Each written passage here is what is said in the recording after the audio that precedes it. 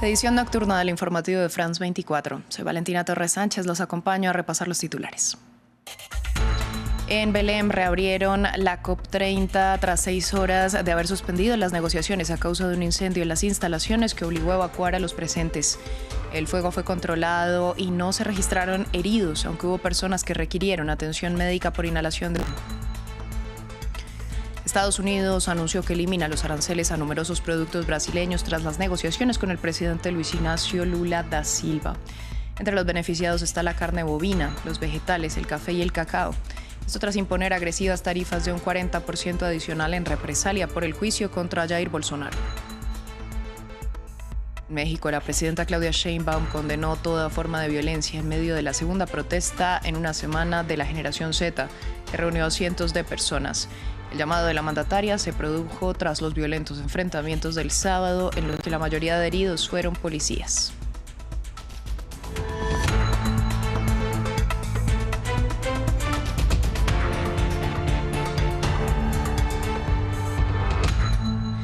Abrimos en Brasil, donde se expandió el temor a la vez que las llamas de un incendio en uno de los pabellones de la COP30, pero los equipos de emergencia lograron extinguir el fuego a pocos minutos. Mientras las autoridades brasileñas siguen investigando las causas del accidente, varias personas fueron atendidas por inhalación de humo y las puertas del evento reabrieron tras 6 horas de suspensión. Imprevisto en la COP30 que dejó más de un susto, pero ningún daño humano. Un incendio que se declaró dentro del recinto mientras los negociadores intentaban llegar a un acuerdo sobre el cambio climático. Según las autoridades brasileñas, la reacción fue rápida, pero se desconocen por el momento las causas. ¿Qué causó el incendio? Estamos a la espera de recibir información en las próximas horas por parte de la comunidad de Morbeiro y de los investigadores, quienes deberían proporcionarnos una indicación sobre el origen del incidente. En pocos minutos, este incidente inicial quedó resuelto. La evacuación se llevó a cabo con rapidez. El lugar cuenta con numerosas salidas de emergencia, por lo que pueden estar tranquilos. Esto no empaña la imagen de esta COP, que ha sido un gran éxito. Una de las quejas recurrentes en esta edición fue la seguridad, y justamente en la zona donde se declaró el incendio hubo llamamientos a problemas con la refrigeración o los baños. Estaba dentro del pabellón, en la zona azul, y nos dieron la orden inmediata de evacuar. El incendio se produjo dentro de la zona azul y la gente está saliendo en este momento. Al principio fue un poco frenético, la gente ni siquiera estaba segura de si era real, pero luego empezaron a circular fotos y vídeos en nuestros chats grupales y vimos la urgencia de inmediato, así que salimos.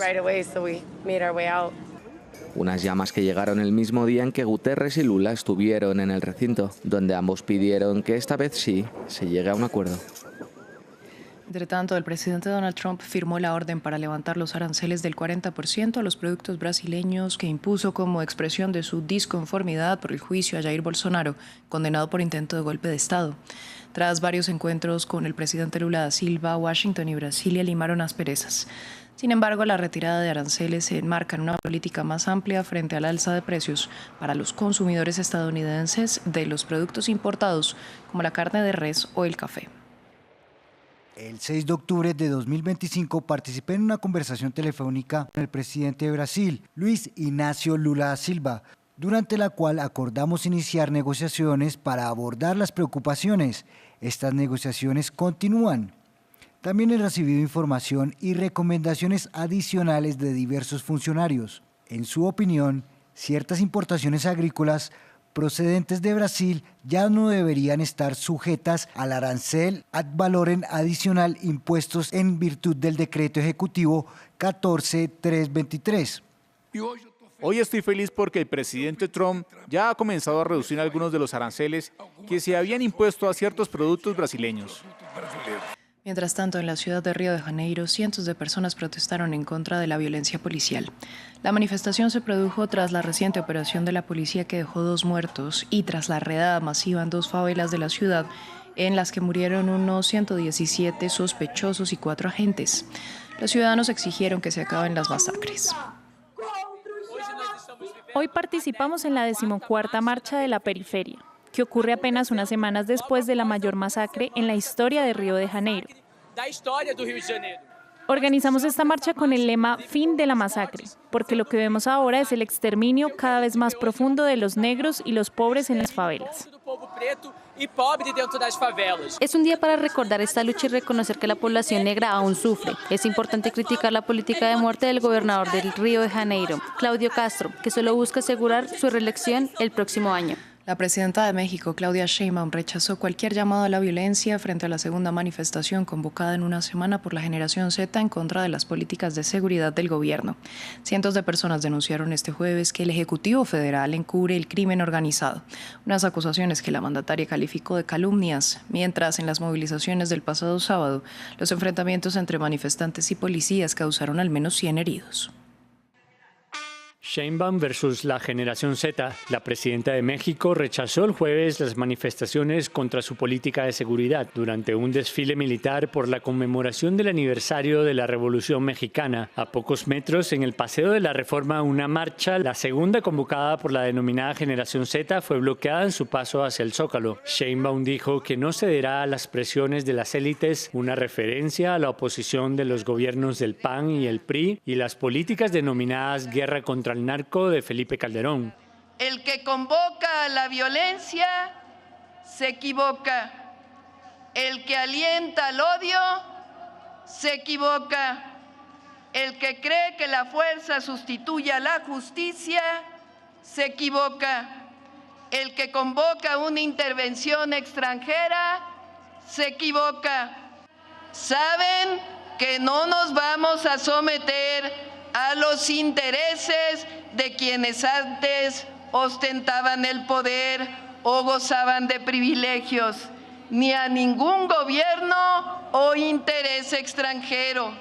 Saben que no seremos figuras decorativas. Según el diario El País, figuras del movimiento de extrema derecha MAGA como Steve Bannon, Alex Jones y el propio Donald Trump usan estas protestas para alentar una intervención militar en México. Este jueves, la secretaria de prensa de la Casa Blanca, Karoline Leavitt, dijo que Trump no descarta tomar medidas adicionales contra los carteles. El presidente está muy interesado en tomar medidas adicionales contra los carteles de la droga.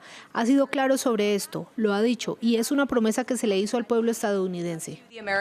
El alcalde de Uruapan, Carlos Manzo, lideró una cruzada contra el crimen organizado y su asesinato ha provocado masivas protestas en México y hasta propició un plan de seguridad para Michoacán. El gobierno anunció el miércoles el arresto del presunto autor intelectual del crimen, al que vinculó con el cartel Jalisco Nueva Generación. La Casa Blanca indicó que este viernes recibirá a un comunista. Así se refirió al alcalde electo de Nueva York, Zohran Mamdani. La portavoz del gobierno estadounidense dijo que el encuentro que se producirá con Donald Trump demuestra la disposición del mandatario republicano a hablar con cualquiera e intentar hacer lo correcto en nombre del pueblo estadounidense. Por su parte, el demócrata indicó que no le preocupa que la cita pueda ser una trampa política y prometió, en cambio, centrar la discusión en cómo podrían trabajar juntos para hacer que Nueva York sea más asequible. En Perú, el expresidente Martín Vizcarra se declaró completa y absolutamente inocente durante los alegatos finales del proceso en su contra este jueves.